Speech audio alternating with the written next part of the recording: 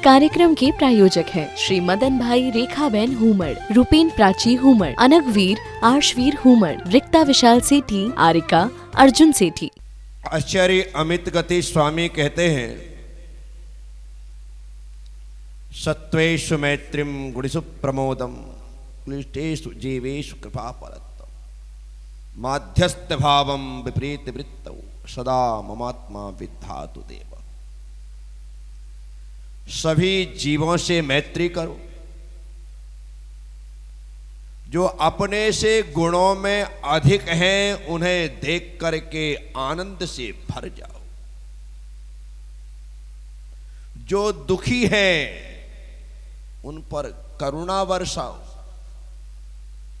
लेकिन जो विपरीत बुद्धि वाले हैं, धर्म कर्म को समझते नहीं हैं, समझाने पर भी मानते नहीं हैं, तो आचार्य कहते हैं ऐसे व्यक्ति पर, ऐसे जीवों पर माध्यस्थ भाव रखो, क्योंकि वह समझने वाले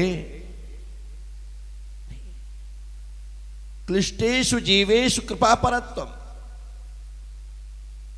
संसार में सभी दुखी हैं, और जब सभी दुखी हैं तो उन पर करुणा भाव होना चाहिए।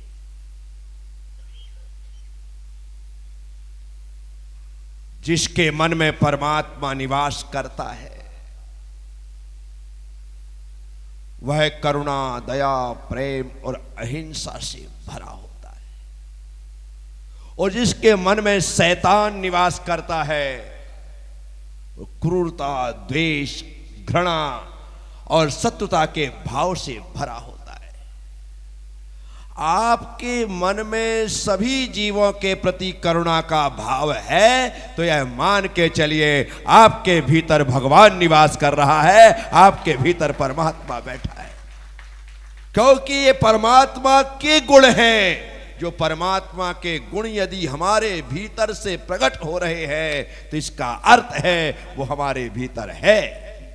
अन्यथा क्रूरता, कलुषता, घृणा भाव, शत्रु भाव हमारे भीतर होता तो हम किसी के प्रति करुणा से नहीं भरते। किसी के आंसू हमारे आंसू के कारण नहीं बनते, किसी की पीड़ा हमारी पीड़ा के कारण नहीं बनते, किसी का दुख हमारे दुख का कारण नहीं बनता। यदि बना है तो वजह है सिर्फ वह परमात्मा है जो हमारे भीतर बैठा है। मंदिर में बैठे हुए भगवान तो सिर्फ प्रतीक है, सच्चा परमात्मा तो हमारे भीतर ही निवास करता है। ये भगवान सिर्फ संदेश देते हैं कि जिस तरह से तुम मुझे प्रणाम करते हो, आंख मूंद करके एक बार अपने भीतर देखो, तुम्हें तुम्हारे भीतर ही अपना परमात्मा दिखाई देगा। जब मां सबरी मर्यादा पुरुषोत्तम श्री राम को चक चक कर बेर खिलाने लगी तो लक्ष्मण ने कहा, मां ये क्या कर रही हैं आप? भगवान को भोग लगा रही हैं, वह भी जूठा करके। तब सबरी ने कहा, मैं तो रघुकुल की रीति का निर्वाह कर रही हूं। जैसा आपके रघुकुल में, जैसा आपके सूर्य वंश में होता है वैसा ही मैं कर रही हूं। इतना सुनना था कि लक्ष्मण क्रोधित हो गए कि रघुकुल में, सूर्य वंश में ऐसा कहां होता है कि पहले जूठा किया जाए और फिर भगवान को दिया जाए। मेरी मां कौशल्या तो भोजन तैयार करती है, भगवान की एक थाल निकालती है, भगवान के चरणों में समर्पित करती है, उसके बाद सब भोजन ग्रहण करते हैं। और आप कह रही है कि रघुकुल की रीति का पालन कर रही हूं मैं। मां, आपको जूठे बेर खिलाना है खिलाओ, लेकिन रघुकुल पर झूठा लांछन मत लगाओ। तब सबरी को कहना पड़ा, ये तो तुम मानते हो कि तुम्हारी माँ भोजन करने और कराने से पहले भगवान को भोग लगाती है? बोले हाँ। मंदिर में जाकर के लगाती है? बोले हाँ। मंदिर तुम्हारे राजमहल के अंदर है? बोले हाँ। ठीक है, जैसा तुम्हारी मां कौशल्या करती है वैसा ही मैं करती हूं।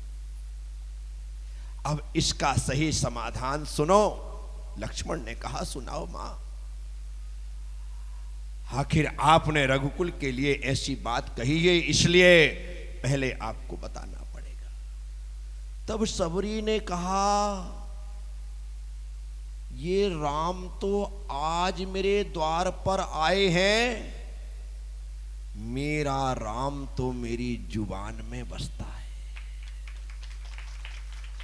मेरी राम तो मेरी जिभ्या में बसता है। मैं सुबह से लेकर के शाम तक, शाम से लेकर के सुबह तक हर निश अपने राम का स्मरण करती हूं, तो तुम्हें लग रहा है मैं झूठे बेर खिला रही हूं? नहीं, मैं पहले अपनी जुबान में बैठे राम को भोग लगा रही हूं और फिर सामने बैठे हुए राम को भोग चढ़ा रही हूं। ये सबरी का कथन था। हमारा परमात्मा हमारे भीतर विद्यमान है, हमारा भगवान हमारे भीतर विद्यमान है। साथियों, मैं आप सबसे कहता हूं, जिस दिन तुम्हें यह एहसास हो जाएगा कि तुम्हारा भगवान मंदिर में ही नहीं मेरे मन में भी रहता है, उस दिन से तुम्हारा खान पान सुधर जाएगा, सुधर जाएगा। फिर तुम बीड़ी नहीं पी सकोगे, फिर तुम सिगरेट नहीं पी सकोगे, फिर तुम गुटखा नहीं खा सकोगे, फिर तुम दारू नहीं पी सकोगे, फिर तुम मांस भक्षण नहीं कर सकोगे, तो फिर तुम अशुद्ध भोजन को ग्रहण नहीं कर सकोगे। क्यों? क्योंकि इस द्वार पर, पंडित जी, इस द्वार पर जितने पुजारी आते हैं वो जल लेकर के आते हैं, पत्र लेकर के आते हैं, पुष्प लेकर आते हैं, दुग्ध लेकर के आते हैं। ये सब उत्तम सामग्री लाते हैं। यहाँ के पुजारी जी कौन है? आप कौन? आप ही है, आप ही ना। इनसे पूछो, मैं आपसे पूछता हूँ, एक आध कोई ऐसा व्यक्ति यहाँ पर आया, किसी ने आकर के बीड़ी चढ़ाई हो, गुटखा चढ़ाया हो, तमाकू चढ़ाया हो? बोलो ना पंडित जी, कोई नहीं चढ़ाता ना। कोई ऐसी गुस्ताखी करे तो आप उसे धक्का दे के बाहर निकाल दोगे कि भगवान के चरणों में ये बुरी चीज नहीं चढ़ाई जाती है। चढ़ाना है तो फल चढ़ा, चढ़ाना है तो फूल चढ़ा, चढ़ाना है तो दूध चढ़ा, नहीं है तेरे पास तो जल चढ़ा, लेकिन भगवान के चरणों में इनका तो तुम पूरा ख्याल रख रहे हो। तुम नहीं रखते हो तो पुजारी जी रख रहे हैं, लेकिन अपने भीतर बैठे हुए भगवान को तुम क्या क्या चढ़ा रहे हो? एक बार तो अपने आप से पूछो कि तुम्हारे द्वारा क्या चढ़ाया जा रहा है। मां सबरी कहती है, मैं सबसे पहले अपनी जबान में बैठे हुए भगवान को भोग लगा रही हूं और फिर भगवान श्री राम को खिला रही हूं। मैं आप सबसे कहता हूं, जिनके हाथ में कभी सिगरेट आए, बीड़ी आए, उसे तुरंत छोड़ देना, ये सोच करके कि मेरे भगवान को ये चीजें पसंद, मेरे भगवान को ये चीजें पसंद। लोग मुझसे कहते हैं, महाराज श्री हम बीड़ी सिगरेट छोड़ना तो चाहते हैं लेकिन छूटती नहीं है। मैं उनसे कहता हूँ कि छूटती नहीं है, क्यों नहीं छूटती? बोले महाराज श्री यही तो समझ में नहीं आता कि क्यों नहीं छूटती। मैंने कहा कि कैसे पकड़ रखा है तुमने? बोले ऐसे। बोले ऐसे सिगरेट पकड़ते हैं, ऐसे बीड़ी पकड़ते हैं। मैंने कहा ऐसा पकड़ रखा है, ऐसा कर दो, 1 सेकंड लगेगा, सिगरेट छूट जाएगी। बोलो हाँ या ना? इतना ही तो करना है। इतना किया कि सिगरेट जमीन में, इतना किया कि बड़ी जमीन में इतना ही करना है, जैसे पकड़ा है वैसे छोड़ो। इससे ज्यादा सरल तरीका छोड़ने का दूसरा नहीं हो सकता। अभी एक बच्चे की दुकान में गया, कल उससे परिचय हो गया था। हो क्या गया था, करवा दिया था लोगों ने। बोले महाराज श्री थोड़ा नियम दे दो। मैंने कहा नहीं, अपने पैसे का खरीद के खाता है, मेरा थोड़ी खा रहा है, खाने दो। मैंने कल टाल दिया, पर आज वो मुझे अपनी दुकान में ले रहा था। मैंने कहा ये अच्छा मौका है, भीतर प्रवेश करने से पहले इसकी बुराई को बाहर करो। मैंने गेट पर खड़े होकर के कहा कि भैया छोड़ दे, आज कम से कम 1 महीने का छोड़ दे। बोले ठीक है गुरुदेव, आज से 1 महीने का त्याग। उसके भीतर से बुराई बाहर निकली, मैंने दुकान में भीतर प्रवेश किया। ये जरूरी है।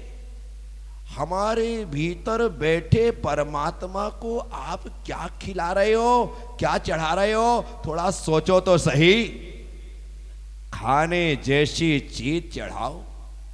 आज तक किसी ने बीड़ी सिगरेट गुटखा तमाकू का प्रसाद नहीं बांटा। तुम्हारे यहां कोई बांटता हो तो मुझे बताओ, मैं इन सब लोगों को लाइन में भेज दूंगा। कोई नहीं बांटता। प्रसाद में श्रीफल बंटते हैं, फल बंटते हैं, कुछ नहीं होता है तो वो शक्कर के दाने बंटते हैं, वह बढ़ जाएगा। लेकिन ये बुरी चीजें नहीं बढ़ती। मैं इस मंदिर परिसर में बैठ करके आपसे चर्चा कर रहा हूं, और ये हनुमान जी भी पाताल हनुमान है। क्या है बोलो? ये पाताल हनुमान जी हैं। ये चारों तरफ से रास्ता है और यहां पर बीचों बीच विराजमान है, बीचों बीच विराजमान है। ये पाताल हनुमान जी सबसे कहते हैं कि बेटा तुम मेरे चारों तरफ घूम रहे हो, यदि बुराई के साथ तुमने चक्कर लगाया तो सीधे पाताल में जाओगे। क्या कहाँ जाओगे? इसीलिए हम यदि यहां पर उपस्थित हुए हैं तो पाताल जाने के लिए नहीं, पाताल से बचने के लिए हम यहां पर आते हैं। क्योंकि एक ही द्वार होते हैं जहां पर हम पहुंच करके दुर्गति में जाने से बच जाते। साथियों, मैं आप सबसे कहता हूं, मां सबरी रघुकुल की रीति का परिपालन करती है, सूर्यवंश का परिपालन करती है। मैं आप सबसे कहता हूं कि हमारे भीतर भी परमात्मा के प्रति वैसी ही निष्ठा, वैसी ही आस्था, वैसी ही भक्ति होनी चाहिए। हमारा परमात्मा जब हमारे भीतर निवास करता है तो हमारा मन मंदिर कितना स्वच्छ, कितना साफ, कितना पवित्र होना चाहिए, विचार करो। इन मंदिरों की साफ सफाई के लिए तो नौकर रखे जा सकते हैं। एक बाई होगी झाड़ू लगाने वाली, जो सवे शाम झाड़ू लगाती होगी ना, करने वाली व्यवस्था सब होता है। लेकिन मन मंदिर में झाड़ू लगाने वाली कोई बाई नहीं हो सकती और न कोई भाई नहीं हो सकता। वो जो भी होगा वो आप ही होंगे। आपको ही अपने मन के मंदिर में झाड़ू लगानी है, आपको ही पोछा लगाना है। इसलिए बैठ अकेले 2 घड़ी, बैठ अकेले 2 घड़ी, भगवन के गुण गाया कर। बैठ अकेले,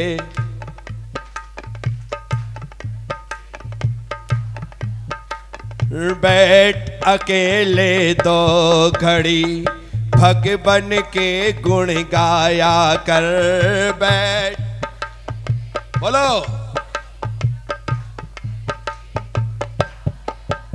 बैठ अकेले दो घड़ी भगवान के गुण गाया कर। बैठ अकेले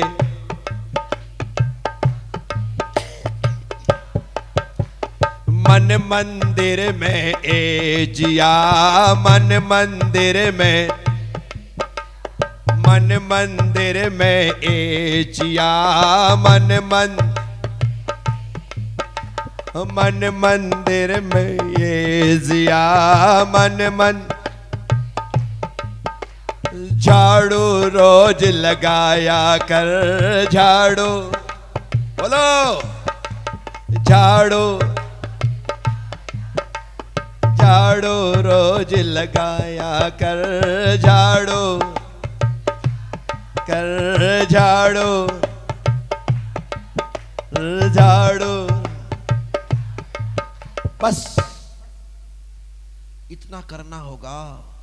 इस मंदिर की सफाई करने के लिए पुजारी है, इस प्रांगण की सफाई करने के लिए काम वाला है, परंतु इस मंदिर की सफाई के लिए तो आप ही हैं, आप ही पुजारी हैं, आप ही काम वाले हैं। सब कुछ आपको करना है। पूजा भी आपको करना है, झाड़ू पोछा भी आपको करना है, रख रखाव भी आपको करना है, भगवान की सेवा भी आपको करना है। भगवान को किसी प्रकार का कष्ट ना हो, इस बात का ध्यान भी आपको करना है। तो वो परमात्मा हमारे भीतर है, उस परमात्मा की सेवा, उस परमात्मा की भक्ति हमें करनी। और जब भी जो भी भोग लगाया जाए वह शुद्ध सात्विक हो, शाकाहारी। प्रत्येक शाकाहारी परिवार को, प्रत्येक शाकाहारी व्यक्ति को एक चेन तैयार करनी चाहिए। बुरे लोग बुराइयों को फैलाते हैं, लेकिन अच्छे लोग अपने में ही सिमट करके रह जाते हैं।